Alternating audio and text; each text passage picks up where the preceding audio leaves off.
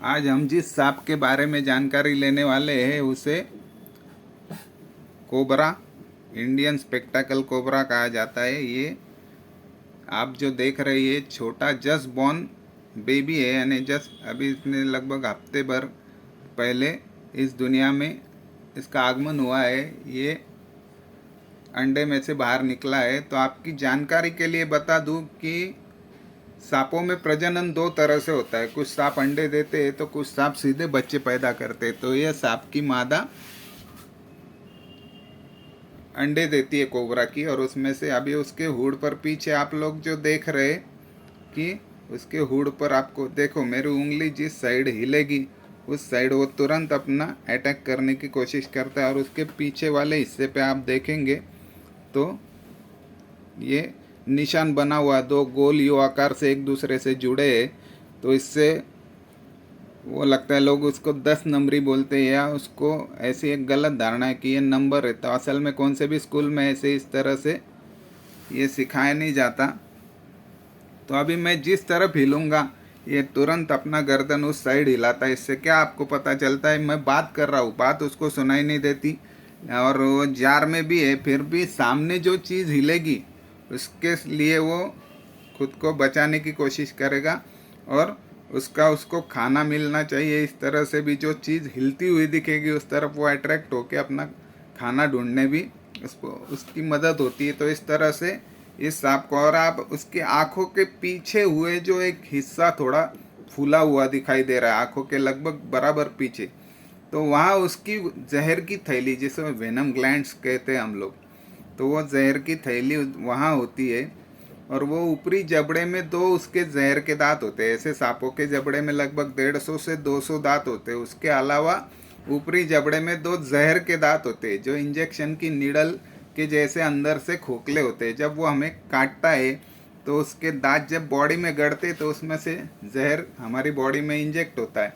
और आपकी जानकारी के लिए बता दूं कि एक सांप के पास लगभग इतना जहर होता है कि लाइन में भी अगर 150-200 लोग नंबर लगा के खड़े करेंगे तो भी उतने लोग वो लाइन में पहुंचा सकता है, क्योंकि वो उसके मुंह में का सलाइवा है। हमारे मुंह में का थूक सलाइवा जैसे ख़त्म नहीं होता है, वैसे वो सांप के मुंह में का सलाइवा, इसलिए वो कभी ख़त्म नहीं होता। देखो अभी मेरा हाथ जिस तरफ हिलेगा वो तुरंत उस तरफ अट्रैक्ट होता है। तो ये इंडियन स्पेक्टेकल, और वो कोबरा अपनी ये हुड क्यों निकाल पाते हैं, तो उनकी आगे की जो 36 पसलियाँ होती है वो छाते के जैसे खोल सकते। तो उस तरफ से जिस तरफ से तो तुरंत खतरा लगने पर खुद को बचाने के लिए वो फन निकालने की वजह से उसका जो दुश्मन है उसे डर जाता है। अभी देखो आप उसके फन के पिछले साइड आपको दिखाई दे रहा है जो मार्किंग है, उसे लोग वो कर स्पेक्टेकल इसलिए बोला जाता है। इंडियन स्पेक्टेकल कोबरा जो नाम है, तो स्पेक्टेकल यानी पीछे का ये मार्किंग, उसको स्पेक्टेक कहा जाता है। तो उस वजह से इसे इंडियन स्पेक्टेकल कोबरा। हमारे भारत में 3 वैरायटी के कोबरा पाए जाते हैं मेनली। तो 3 वैरायटी के कोबरा में से एक है स्पेक्टेकल कोबरा, दूसरा है मोनोस्लेट कोबरा, और तीसरा है किंग कोबरा।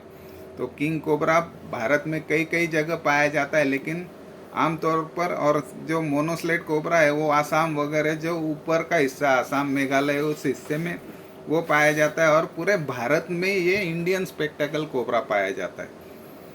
तो ये सभी जगह मिलने वाला, और इसकी लंबाई लगभग, अभी ये जस्ट जन्म लिया बच्चा है, लेकिन ये लगभग पूरी तरह ग्रो 8 फुट तक इसकी लंबाई होती है।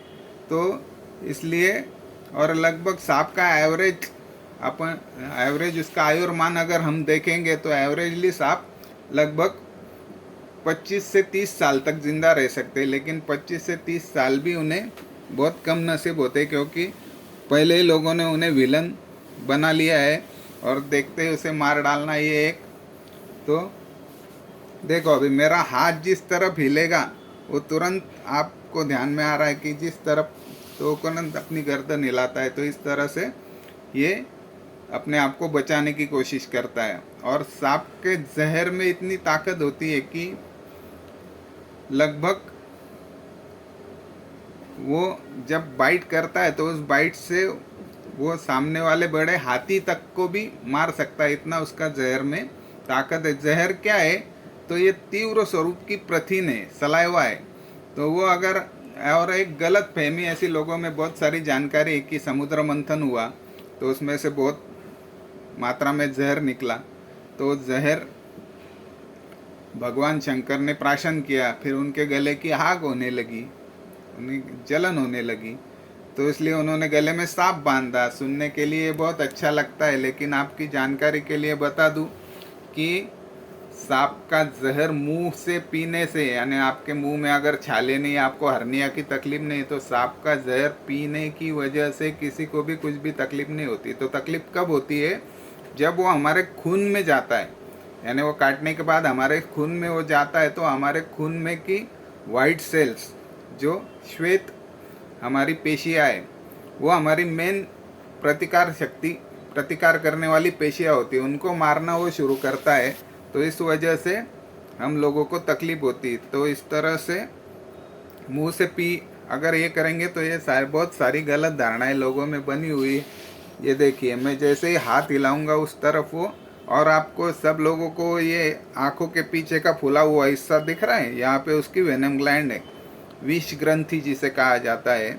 तो इसमें लगभग इतना जहर होता है। और आपकी जानकारी के लिए बता दूं, जितने भी जहरीले सांप है उनके बच्चों के जहर को 26 गुना ज़्यादा टॉक्सिसिटी होती है, यानी तीव्रता लगभग 26 गुना बड़े कोबरा से या बड़े रसल्स वाइपर से ज़्यादा होती है। क्योंकि क्या है, बाल संगोपन ये प्रकार उनमें नहीं है सांपों में, क्योंकि सांप का माइंड डेवलप नहीं, इसलिए उनको पता ही नहीं रहता कि मेरे बच्चे कौन से। तो इसलिए मादा, उनकी माँ उनको बड़ा नहीं करती, उनको खुद को ही बड़ा होना है, इसलिए उनके जहर को तीव्रता टॉक्सिसिटी ज़्यादा है, ताकि तुरंत वो उसका ये मर जाए और उसको खा सके वो जल्दी से। इस वजह से इसलिए उसे ये नेचर ने दिया है खुद का बचाव करने के लिए, और खुद का खाना वो उससे पा सके इसलिए। तो अभी बीच में एक हमारे यहाँ बहुत सारे, अभी आज ही मैंने एक इंस्टा पे एक वीडियो देखा, एक महाराष्ट्र की वो सर्परक्षक है, वो उसमें बता रहे थे कि कौन सा भी जहरीला सांप काटने के बाद हमारे पास 3 घंटे होते। तो असल में एक गलत जानकारी, इसी तरह से गलत जानकारी 90% जो सांप पकड़ने वाले लोगों तक पहुंचाते, उनको खुद को ही पूरी तरह ये जानकारी नहीं, और वो लोगों को जानकारी देने की कोशिश करते। असल में सांप का जहर इतना खतरनाक है कि वो आपके बॉडी पे लगभग, यानी 3 घंटे तक कोई भी जिंदा नहीं रह सकता। अगर फर्स्ट एड करेंगे तो ही 1 घंटे तक, 1.5 घंटे तक का समय प्रॉपर फर्स्ट एड होगा तो हमें मिल सकता है।